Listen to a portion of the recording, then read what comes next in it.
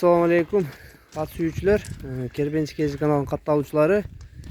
Bişkek'te Nova Pavlovka degen жерinde ушул жерде кашка кулун сатууга чыкты.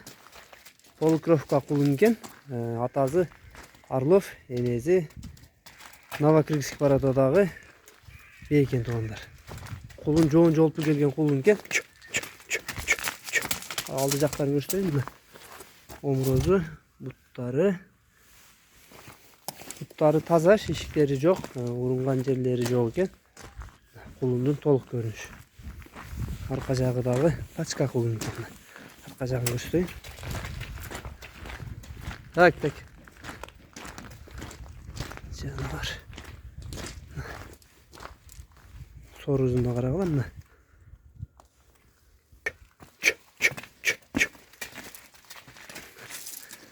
Дарегин айтылды, аз баазы сурап берейин жамат. Баазы канча кулундун? Баазы 65 миң экен.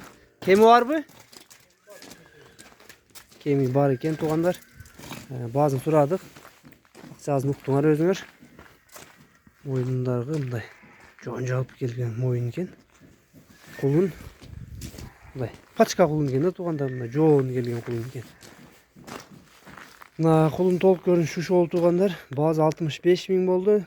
Дареги Бишкек шаары Новопавловка деген жеринде экен. Номерлерин жазып калтырабыз астына. Описанияга номерин жазып коебуз. Кимге кулун жаккан болсо, ошол номерлерге кайрыласыңар. Кулунга азыр кароо жок болуп атыптыр. Ошого сатам дейт.